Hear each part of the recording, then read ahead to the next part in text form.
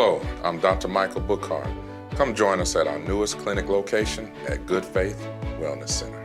We provide compassionate health care for your entire family, from virtual visits to office appointments. We're committed to providing the best care. We accept all insurances, and we provide monthly wellness plans. Let's start your family journey to a healthier, happier life. Schedule your appointment today, and remember, true wealth begins with good health. All right. Good evening, everyone, and welcome. Welcome to another episode of Telehealth Tuesday. This is your go-to podcast for insights on modern healthcare and wellness solutions. I'm your host, Dr. Michael Bookhardt, and today we have a very special episode lined up for you. Now, look, before I tell you all about our next guest, I want to take a moment to just thank our sponsors for tonight's episode. Graphics R Chase, P5 Solutions, and of course, a Dynasty. I also want to let you know that Telehealth Tuesday can be viewed on multiple platforms, including our YouTube channel, which is Dr. B TV. That's DOCTOR, spell it out, the letter B, TV on YouTube. And you can also go to the pages of Good Faith Wellness Center on Instagram and also Good Faith Wellness Center on Facebook as well. We're also on LinkedIn. So please follow, like, share, and subscribe to help support this amazing program. So without further ado, let me tell you about this next guest. Dr. Anita Greer. Now, Dr. Anita Greer, this young lady holds more certifications and letters behind her name than I can even count, okay? So we're not going to read all of them. We'll let her tell you about that. She holds a Doctor of Nursing Practice and a dual certification in family and psychiatric mental health. In addition, she has an education specialist degree with a focus on psychiatric therapy. She's the founder of the Amorous Medical Group. I want to make sure we get that right. The Amorous Medical Group, where they provide integrative health care that addresses both the mind and the body. The mission of this company is to help patients achieve improved overall health and well-being. Amorous is also an approved Spravato treatment center. Now, I'm going to let her tell you all about that. Through her services in health education, community engagement, food pantry, and housing initiative, they work to eliminate health disparities and provide critical resources for those in need. She's also an educator and instructor in nursing to both undergraduate and graduate nursing students. And so, ladies and gentlemen, without further ado, please welcome Dr. Anita Greer. Thank you for having me, Dr. Bookhardt. Just to kind of touch bases on what you said, I am Anita Greer. I'm a family nurse practitioner. I'm dual certified in family and psych. I have a clinic here in Kosciuszko, trying to service some of our rural community members, underserved community. I think you pretty much touched on everything. All right. Well, thank you so much for being here. We truly appreciate this, and we're glad for all of you that have joined us. I see Ms. Bailey has already started commenting. We appreciate you for always being there to support us. Well, let's get right on into it. I know we ran a few minutes behind. You know, we always say this is live, folks, it's technology. So let's get with our first question. You know, let's talk about mental health and why do we see so many mental health struggles? And why do we see it, especially in our community, as a personal failure rather than an issue within our society? Why do you feel it is that we look at mental health as some type of personal failure in our community?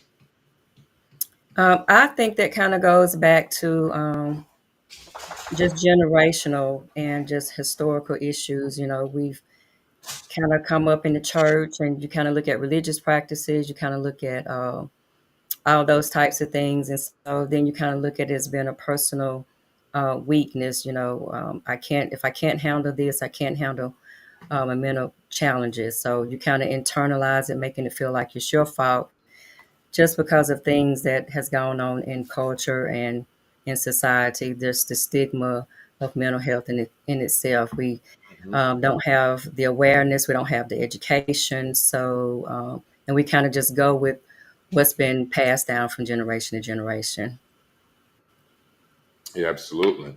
And just so you all know, before we go with our next question, I want everybody to know who's watching that you can submit your questions. We always let everybody know you can submit questions ahead of time, but we can see all your questions right here. I'm going to read them aloud, so don't all ask at once. But any question, there's no question that's out of bounds. There's no question that's off limits.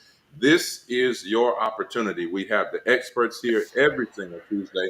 We have our expert here tonight who is going to tell us all about mental health and anything around that. So ask away. But I'm going to go ahead and go with our next question. So let's say, the cultural norms, especially when I talk about culture, we're talking about mainly in the African American community and the Hmm. cultural norms, and especially with men, we're always saying, why don't we just tough it out, Um, how do we deal with those cultural norms and those difficulties in our community, and how do we get beyond that mindset of just let's just tough it out?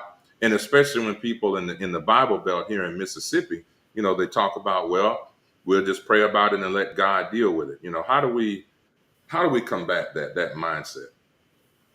Well, usually when I'm dealing with faith issues and dealing with mental health, I don't dismiss their faith. I just say, we can combine the two. So, of course, you trusting in God to help with this issue, but God puts people in place to help heal. He provides those resources for you to seek out mental health. He provides those mental health providers for you. So that kind of helps ease. You don't have to put one before the other. So God is first, and then mental health is second, or however you want to prioritize those.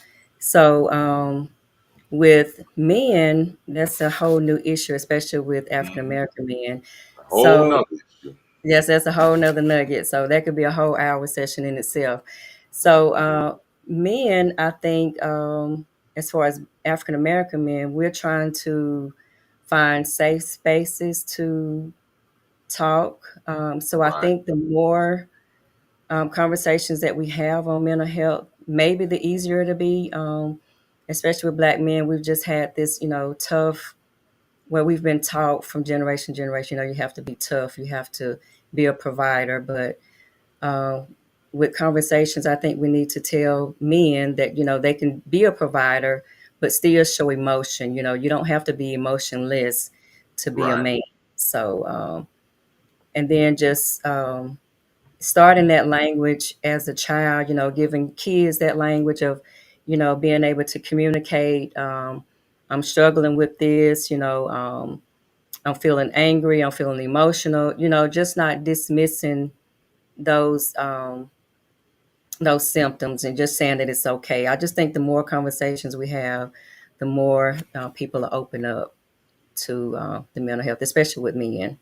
hmm yeah, absolutely. And one thing that I find interesting is that I think it helps, being in the depending on the environment that you're in. So, for example, like this environment, this is one where people feel, a lot of our audience, feels comfortable asking questions. They're not in front of a healthcare provider in person. And then, some people submit things anonymously, or they can sometimes create different usernames or screen names and submit their questions, or ask their friends to submit their questions. And so I think Yeah. this type of environment really leads to better engagement. And also, and for the men, a lot of men, just like I'm sure the ladies, when you all go to the beauty shops and everything, when men go to the barber shop, my dog, you got no, you got sit down, sit down. My the dog's trying to be on camera, y'all. The dog's trying to be on. Okay, all right. Let him have his So say. we'll just let Uno have her I said, say. let him have his say. Yeah. All right. Okay, sit down. So that's why, like I said, people, this is live, okay? So, when we're on, say the basketball court and the barber shops and different things like that, okay, we're in the barbershop on the basketball court, those types of places, that's when men have the most organic conversations. Um, and so I think we do sometimes, like we have some really good and some deep conversations, but I think we need to kind of broach the subject a lot more in these comfortable spaces, in these spaces where confidentiality is also protected. And so, Yes. but yeah, you're absolutely right. We've got to do this. We got to do better. We got to broach these subjects. So, another, I see Lily James is watching. We appreciate you joining. We got a few other people. Y'all come on in. Come on in. Come on in and join Telehealth Tuesday. So, what about let's switch gears a little bit. Let's talk about education and switching gears to the school system. Do you think that it would be? Do you think that we need some type of mental health revolution or restructuring in the school system? Do you think that might be possible with either public or even private school to kind of approach these subjects when the children are equal or younger? Oh, yes, definitely.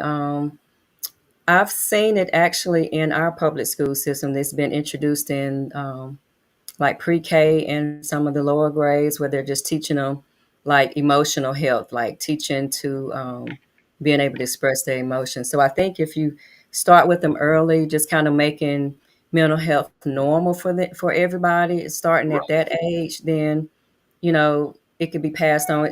The kids can even teach their family how to deal with some of the mental health issues. They're teaching. Um, like one of the kids that I did see when I was at the school was they were doing anger, they were doing making faces and just doing just general things dealing with their emotions. And so I thought that was really neat and exciting because if you start with a kid that's 5 years old, 4 years old, then of course hopefully that'll stick with them as being a normal aspect of daily life. Absolutely. Do you feel like, and what about in the healthcare system? Do you feel like the healthcare system is even structured in a way that allows for open discussion about these type of things? No, I don't. I kind of think it's separated. You have the physical aspect of health, and then you have the mental aspect of health. So generally, if you go to the doctor's office or, a clinic setting, you're Hmm. going there for something physical. But I have seen some clinics, offering different screenings dealing with mental health. So they may offer a depression screen, they may offer anxiety screening with their visit. So those are ways to open up conversations about mental health. But a lot of times, I think if you're not asked about your mental health, then you're not going to disclose your mental health. So I think by offering those screenings kind of gives you the opportunity to open up about things that you may not have said before without having been asked. Hmm. And and yeah, absolutely, and I do agree with that. Why do you think there's so much shame surrounding mental health? In our I would say it's probably in the countrywide, but of course we are mainly right now we're talking about mainly in the African American community. But why do you think there's so much shame? Like where does that truly come from? What do you say? I think it just comes from, a long time ago, and don't quote me on years, but a lot of people were ostracized if they had mental health conditions. They were locked up in asylums if they had mental health conditions because people didn't really know how to treat mental health conditions. And so, Mm. you know, you were told basically, this was something that was faith based. You did something wrong, so now you're being punished. So a lot of it is kind of seen as historical stuff that has happened to you, either culturally, religious wise. And so people feel like, you know, this has happened to me, so it's happening for a reason. Let me try to deal with it on my own, or, Mhm. I'm not going to seek help for it. You know, one of the right, and that absolutely, one of the things that's been interesting to me, and even before I became a physician myself, we, and again in our community, but we know that these things happen in other communities as well. But the things that happen, and especially in the church, because we're talking, we're in the Bible Belt, and a Oh, lot of yeah. times, and again, and I agree with you. Certainly, I'm a person of faith and grew up in the Adventist church, grew up in Christian faith, and so that we certainly never discount that. But in the church, we do think, unfortunately, that we can pray everything away. And we know that faith without works is dead. And so Exactly. a lot of times we will have things going on, whether it's something like incest within the families, whether it's people being, abused or molested in the church, or the deacon here and there, and this person is dealing with this other church member, all kind of drama. And we know that there are so many things going on, so many forms of abuse, and we just, sweep it under the rug. And so that's one thing that I do find interesting, that we're supposed to be in the, people of faith, not just Christians. But if we're believing in a higher power, if we are saying we're trying to do the right thing, then, it needs to be, not just do as I say, but, do as I'm doing, and being an example. And I find that these are situations where, we're not addressing things so much. And it kind of goes to, the question I'd asked about, why is there so much shame. What about, like, let's talk about, we talked about school, and Mhm. could we have a role for mental health therapy and bringing these things up earlier? What about your thoughts and feelings on social media and how that plays a role in children and even adults today when it comes to anxiety and depression? How do you feel that social media, what type of role that plays with that? I think we don't really have time to, have downtime. Hmm. So you're always on the go, you're always upbeat. So with social media, you see kids and adults, they're always scrolling on something. So Right. it's as soon as you get up, from the time you get up until the time you go to bed. So, and I tell a lot of my patients, when you get home, just kind of, take some downtime. Even if it's 2 hours before you go to bed, you need that downtime, to Hmm. limit the social media. And then you're looking at things on social media, you're comparing things that are going on in social media. You're looking at looks, you're looking at what other people have. So that kind of leads to some of the depression, especially in some of the younger kids. I want to look pretty as the girls, the guys, they want to be whatever, a rapper, a sports person, And so you're looking at all these images and comparing yourself, and, giving you that anxiety, giving you that depression when you're trying to, be like somebody else instead of being like yourself.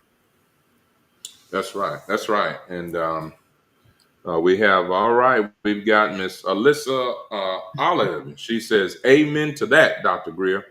Alyssa, we appreciate you joining. Looks like people, I think we got started, Dr. Greer, we got started a few minutes late. And like I tell everybody, it's live. And so looks like we've got some of our wonderful audience, our weekly followers and audience members. Y'all come on in, come on in, as people always say on live. Come on in. This is the The more the place. merrier. More the merrier. It's a party. It is a party. So we got Miss Lynn, 601. Does Dr. Greer offer in-person and telecounseling? And is this service covered by insurance? Great questions. Miss Lynn, right now we're not offering in-person telecounseling, but the services are covered by most insurances. So we hope to have those services though up and running in the near future. Can't put a date and time on it, but hopefully within the next month though. So you heard that, Miss Lynn. So don't go, no, don't go anywhere, Don't go because anywhere. within the next month or so, you heard Dr. Greer is going to be, so she's going to be calling you, or somebody, so her office staff, they're going to be reaching out. So don't go anywhere. And you know what? One of the questions that we had prepared was going to, get your thoughts on telehealth. And Mhm. since Ms. Lynn asked the wonderful question about telecounseling, what do you think the role of telemedicine, telecounseling is from your perspective in the psychiatric world? Do you feel that there is definitely a role in telecounseling, and what would that role be? Yes, and I'm glad she asked that question. That's been one of the hardest um, positions to find in rural Mississippi. So, nobody wants to come to the area to work. So it's hard. So I've reached out to several agencies, several people just trying to get counseling here in the area. So, I think I found something, but um, it being in rural Mississippi is just it's a challenge. So telehealth does kind of break some of those barriers. It breaks some of the geographical barriers. It breaks some of those transportation barriers. But there's nothing like hands-on care. Some people don't want telehealth services. Some people just, I've had a couple that ask me, for counseling, but they don't want to do telehealth. They want to be in person. Right.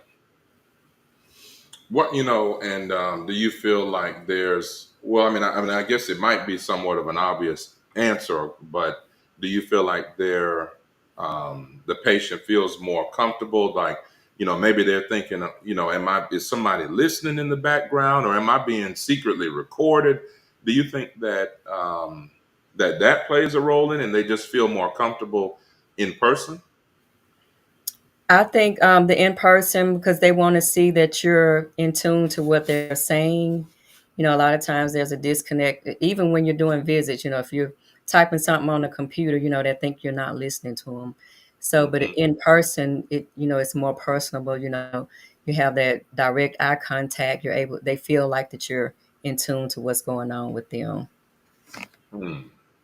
So right now, and one of the questions that we had, do you feel that, because everybody's talking about AI this, AI that, and certainly the AI is completely, it's taken over. It is a Hmm. revolution. We're seeing it all over Facebook, Instagram, and the way that they're tracking things. And if you do a search somewhere, the next thing you know, you're seeing ads about that, and you say, "Wait a minute, I didn't," so do you feel that eventually we're getting to that point where AI and things like that, and or even telehealth and telemedicine is going to somewhat replace good old fashioned in person communication and office visits?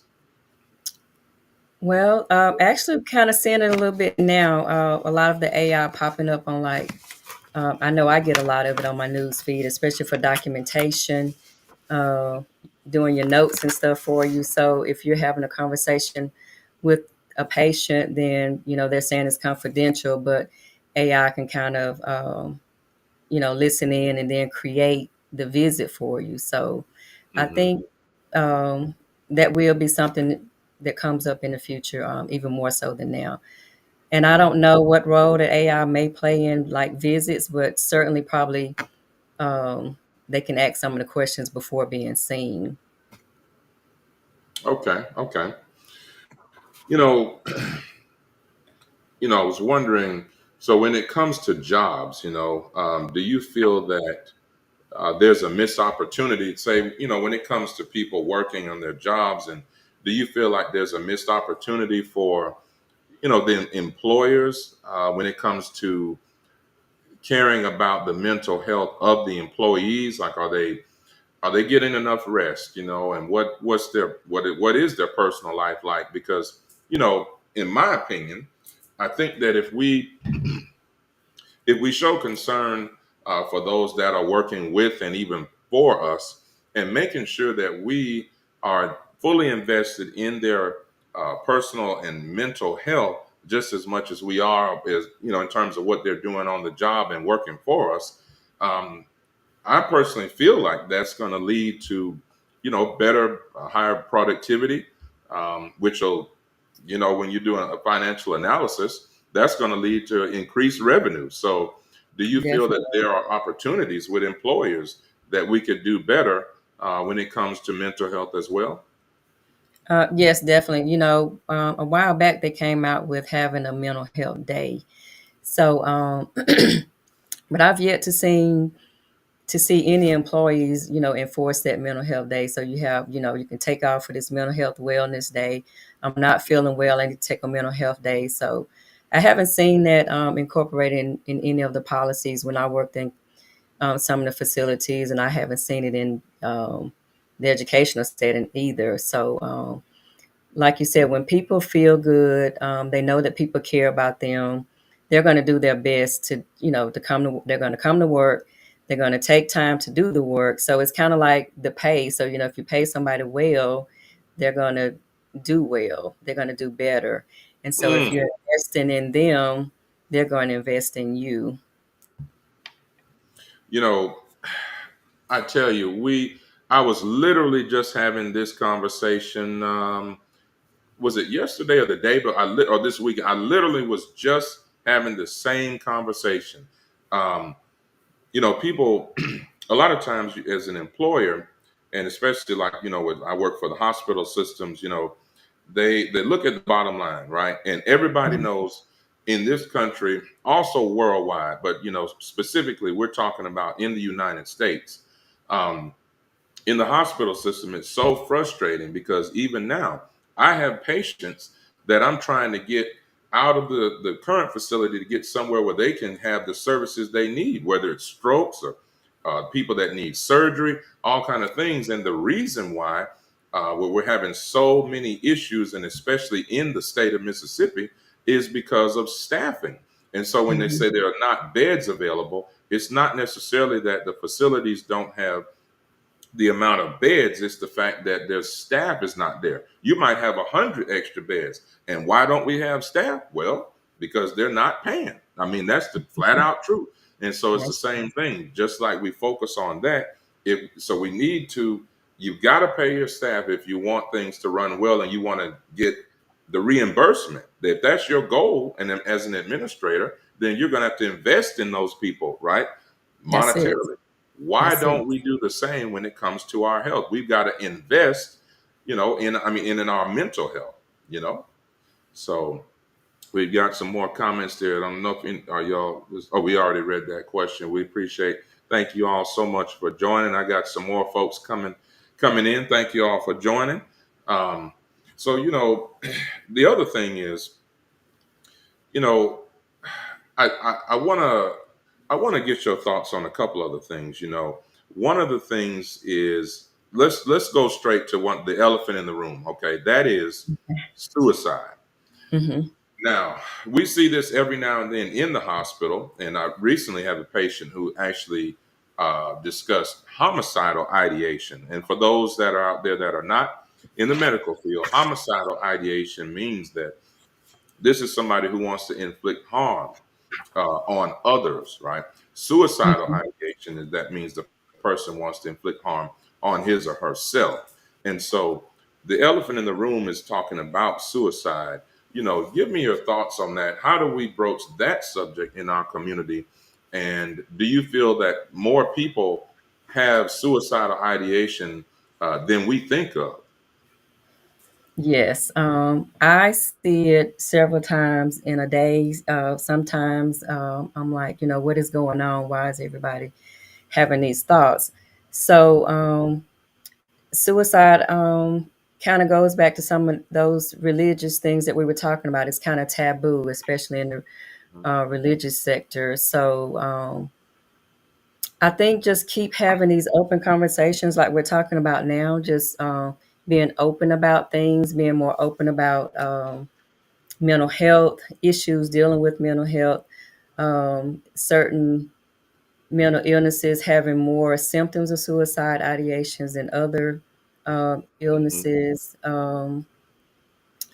I think we're kind of coming along on the right track, but we still have a long way to go as far as that. And then another thing, a lot of times people don't want to talk about it because they think that that may induce, that behavior. So, if I'm bringing up suicide, then that may make somebody, if they were thinking about it, go ahead and do it. So sometimes it's kind of a fine line to tread when you're talking about it. Hmm. Is that something that you see fairly often in your personal practice and expertise? Yes. See it quite a bit. A lot of times I don't think that they may not, I don't want to say that they're not serious about it, but sometimes when you're talking about those things that you're kind of seeking help, it's those Mhm. people that are not talking about it that I say that you should worry about. It's the happy people. It's those people that are, don't ever talk about things or don't ever seem to have any problem, or the ones that are having the issues the most. So, or even if they're Mhm. just really, really depressed, and then you give them meds, and then so now I have the energy to do what I need to do. So a lot of times, um, it's I can't tell you how often I see it, and even in little kids at the high schools, the junior high. Now, that's interesting because I had some other questions prepared, and like I said, I see a couple other people are joining us. We appreciate y'all. Welcome. Look, let me stop and pay some bills real quick. So, look, to anyone that is new here, and to those that are returning, thank you for visiting us. Thank you for fellowshipping with us here at Telehealth Tuesday. Also, you all see the pink ribbons that are to the upper left and upper right. Obviously, we recognize all of our breast cancer survivors, those that are survivors, and also those that are unfortunately gone. We want to let you all know that we salute you, that we love you, and that you guys are our true warriors, and you are always in our prayers.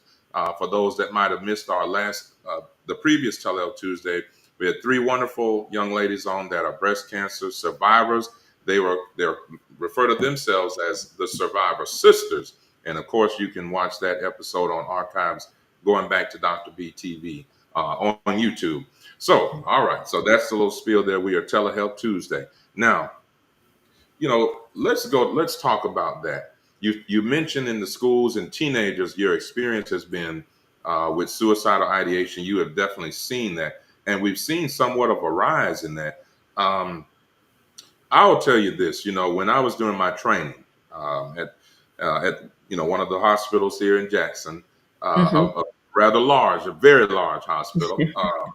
We would get all these young, and it was actually, I think at that time it was 100% teenage females that would come in with, and they would be threatening.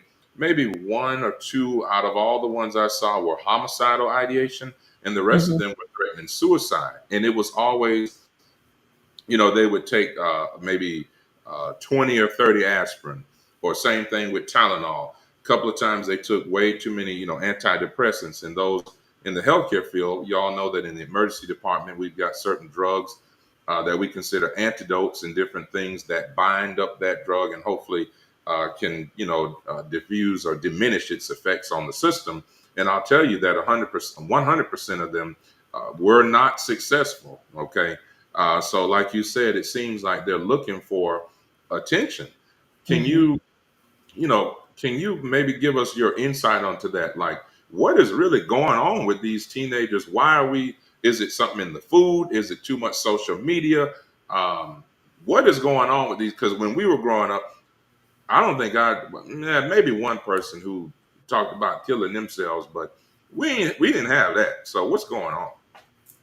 Well, I've actually been trying to figure it out myself, but I kind of think a little bit of it is social media because now you have access. You see this other person doing the same thing, so Hmm. this was their way out. So now I see that this can be a way out for me as well. So used to we didn't hear a lot about it. People didn't talk about it. Now, even though we want the conversations, people to talk about mental health and try to keep those thoughts down. But when kids see that there's access or means of doing something, a lot of times I think that they just do it. They don't really understand the means behind it. This is my way out today, but if I had time to think about it, then tomorrow I wouldn't have done this. But it's too late. They don't have a lot of the coping skills. So I think a lot of it is environmental. Hmm. Um, it's family issues. Believe it or not, kids are stressed at a young age. So they have a lot of stuff going on. Looking at social media, like we were talking about before, Right. comparing themselves to other people, wanting to have this, wanting to have that. They feel like, especially in our area, poverty is high, so they want some of the other stuff that some of the other kids have. So then Right. they go to school, then they're being teased and taunted about stuff that they don't have, and so they're feeling down and sad, and they just feel like that's the way out for them. That's the way I feel. It's a lot of research trying to figure out what is going on, like you say, but we hadn't really found out what the problem is. Hmm. And the other thing is the recent statistics on that. 22% of high schoolers, teenagers actually have seriously contemplated suicide. Let's okay, we've got a couple. Okay, some of the comments they're talking about that social media definitely plays a role, absolutely, Hmm. and cyberbullying, absolutely. We Okay. Um, so you know, this is I'm trying to, see the best way to kind of phrase this question. Yes. What would you say is the best way to determine if somebody is actually serious? So, in other words, for those of you out there who maybe you've never experienced this, and hopefully you've never personally experienced it, or you've never experienced it in your family, but a lot of people have. The thing that we struggle with sometimes in the medical community is because we see so much tragedy, so much serious illness, when to take these people seriously. And there are a certain set of criteria, but I would love for you to expound upon that and tell our viewers and our listeners, how do you know when somebody is serious? When do you need to, call the authorities, call the police, and get other people involved versus when, it's just somebody on, frankly, BS? How do we know the difference? Sometimes you don't know the difference. So you can kind of do, just in-person interviews with them. And then they have like what they call a suicide scale where you can kind of gauge if they're low risk, medium risk, or if they're at a severe risk. But you still can't always tell just by, what their range is. Because some people know how to, answer questions, especially if they've done it before. So I think, like I was saying before, if it's attention seeking, sometimes you can kind of tell if they're just kind of wanting some help, if they're wanting true help. This is going on, and I really need this help. So I'm reaching out. This is how I'm reaching out to you to get help. Hmm. And then sometimes, a lot of times, if they're actually contemplating it, I don't think that they're going to ask for it. They're just going to do it. It's just with the kids, it's just spontaneous. Hmm. And so then when you are seeing them, making those statements, I think it is not attention seeking, but they're seeking for help. They're wanting you to help them. Wow. We've had a couple of more comments coming in. They're talking about the cyber bullying and the fact that, these kids have, yeah, I agree with that. Absolutely. A poor support system. And Tiffany, and look, first of all, I'm so sorry for your loss. Tiffany says, I've had 3 friends who have committed suicide. You know, I mean, that statement right there, that just lets us know that this is real, It and is. it's not something that we can sweep under the rug, folks. And they used to have those commercials: if you don't get help here, get help somewhere. But this is real, and we appreciate you sharing that, Tiffany. And that's so unfortunate to hear about your 3 friends. Um, It really is. That's do you feel like so? Do you feel like we should be focusing more on mental health prevention rather than just treatment? Like truly, we talk about in primary care and family medicine, which is preventive medicine. Do you feel hmm like we are dropping the ball, or there's some missed opportunities with primary care when it comes to this, rather than just once somebody has a suicide attempt, okay, then we're reactive and everything, hmm I do. I think we're reactive on the crisis part of it, or like you said, the reactive part of it, when we should focus on preventing the mental illness or preventing whatever's going on in the first place, or managing the disease in itself. So I think having those conversations. I think at each visit, incorporating some mental health in the visit, asking them how they're doing, asking them those questions. Are you depressed? Are you feeling down? Are you feeling sad? Have you had any thoughts of suicide ideations, or, homicide act? Just asking those tough questions with each time they come. And so I think once people kind of feel that, that you're caring for them and that they know that you're going to ask, then that kind of eventually they'll build that trust to open up to you and then to go ahead and tell you without you having been asked. But a lot of times I've seen it where, they're waiting on you to ask those questions. They're not going to just Mhm. volunteer the the the information to you. What was the second part to that, Dr. B? What was Um, it? I think it was, I think we talked about are there missed opportunities, for that, and how do we, the criteria, how do we differentiate that, when people, so for example, we talk about, does somebody have a plan? I just had a patient today who basically threatened in the hospital setting, threatened homicidal ideation patient who's, I think he's in his late 50s, and, stated to the staff and to the supervisor that he wanted to harm and potentially kill four of his family members. And, it's one of those things where I'll be honest, guys, personally, I did not take the guy serious, and he later retracted his statement. But certainly, it's really hard, and I think sometimes, and we can sometimes we can be wrong in the healthcare community. But since people like you and I have been doing it a long time, we kind of, you got that gut feeling when somebody's serious. Yes. But Mm-hmm. nevertheless, we still investigated it. The police were called, and Mm-hmm. taking it seriously, taking police reports, informing the family members that this person potentially stated that he was planning to harm whenever he got released from the hospital, and ultimately he retracted that statement. But so you never can be sure. But um, okay, well, I'm sorry, one second here. Somebody states when it's okay when suicide. We were talking about suicide when this was when she stated this. When it is reported, family and friends don't take it seriously. Absolutely. Mm-hmm. Um, and then let's go back to Tiffany's just sharing a little bit more. This is the young lady. She said she had three friends that committed suicide. She said that two of them were the happiest people that you could meet. They were always the jokesters. And two were actually black males, and one was a white male. And look, I'll just say one more thing, and then I'll let you kind of jump in, Dr. Greer. Interestingly enough, people, we always talk about the ladies, right? Because it is predominantly females that talk about, discuss, or even attempt suicidal ideation.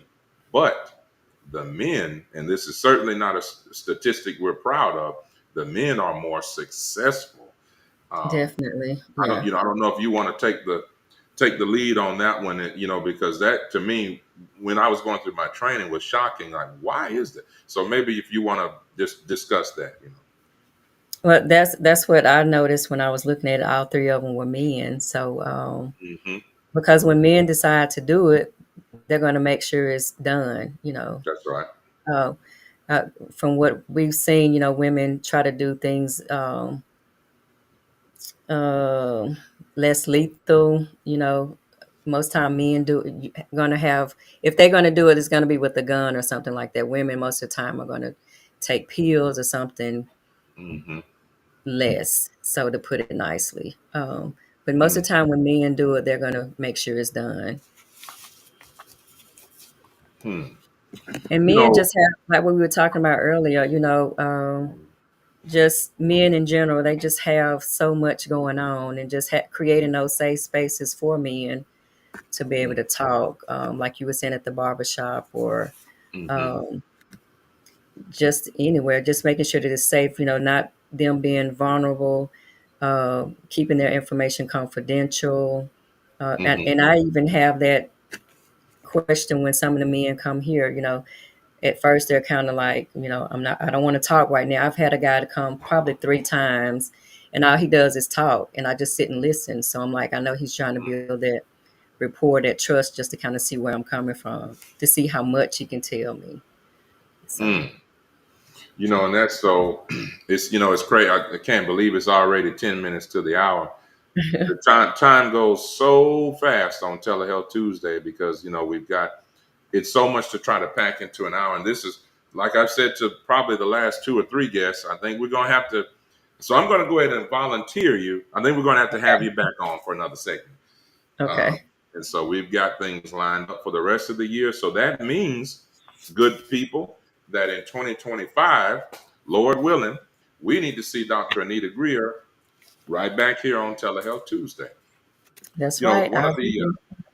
absolutely, I think one of the last questions, we wanted to talk about is, when it comes to our mental health, um, what are the costs, related to this? So how do we get this covered either by insurance or the payment plans, or you might want to even talk about your personal uh, clinic, your business, because that's one of the things that prevents um, people from going to the primary care, the doctor. And so that's why they end up, especially in Mississippi, why it's leading in the top three, or if not five states always when it comes to diabetes, hypertension, HIV, morbid obesity, all these things, because people don't have access. So if they can't see, for example, uh, if they can't see an Anita Greer, is there, a government or a state institution or some place where they can go to get help, or can they come to you,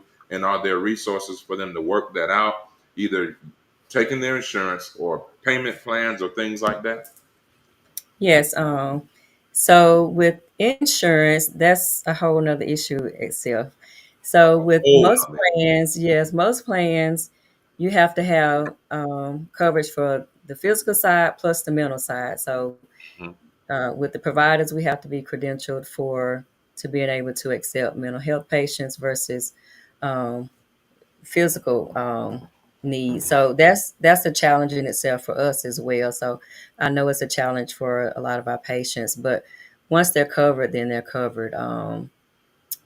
I've been accepted for all insurances. I think I need to just double check, but I think I can accept most all insurances. We have VA, Medicare, Medicaid, Humana, and so then there's through the state you have the community mental health facilities, but most of the time, a lot of the facilities you still have a waiting list. So even though we're trying to provide access to care, those facilities do have a waiting list. So that was one of the reasons why I wanted to bring something to rural Mississippi, is just try to cut down on some of those issues of, having to have long wait times and being able to provide access to mental health care services. absolutely. Well, you know what? And look, guys, it's 7:54. We're gonna make time for one more question. So I see a few more people have joined us. So whoever puts that question, no pressure at all, but whoever puts the next question in there, we will get your question answered right here live. In the meantime, Dr. Greer, I think you gave us a beautiful segue into how I normally wrap things up. We always let our guests tell us about what they have going on, where they're located, how can we contact you, all that good stuff. So give us your best plug, your best whatever. If you want to give the next three people free visits. You Okay. see how I did that? You see I how I did that? did. All right, all right. So, all right, don't come to good faith. What? Don't come trying to bill us. Okay. Don't say you heard it. No, I ain't got nothing to do with that. Okay. So Well, actually, that's please a tell good us. idea. Come on, because hopefully, when y'all come, you'll be coming back for more services. So Excellent. we're located in Kosciuszko, Mississippi. We have a website. The clinic is called Ameris Medical Group. We're located, like I said, in directly in the smack dab middle of Mississippi, hometown of Oprah. I always have to throw that in. The phone number is 662-792-4101. So you can also get that information on my social media page, Ameris Medical Group, and on the website. And I just wanted to close on, just kind of focus on when we were talking about preventative, focus on self care, do things daily to improve your mental health, even if it's 30 minutes a day. But you need to be doing something daily to stay mental health focused. Prevention Absolutely. is key. Yeah. Can you say it one more time for the people in the back? Prevention is key. Y'all heard that. Prevention is key. Vicky is saying this has been a great. Thank you so much. We appreciate you joining, Vicky, and we appreciate all of you. We've got one. I'll read this comment. This is pretty funny. Chocolate Sunday says the insurance companies are part of some people's mental health issues. The insurance companies. So I agree Yes. with that. It's certainly part of mine. Okay, I agree with that.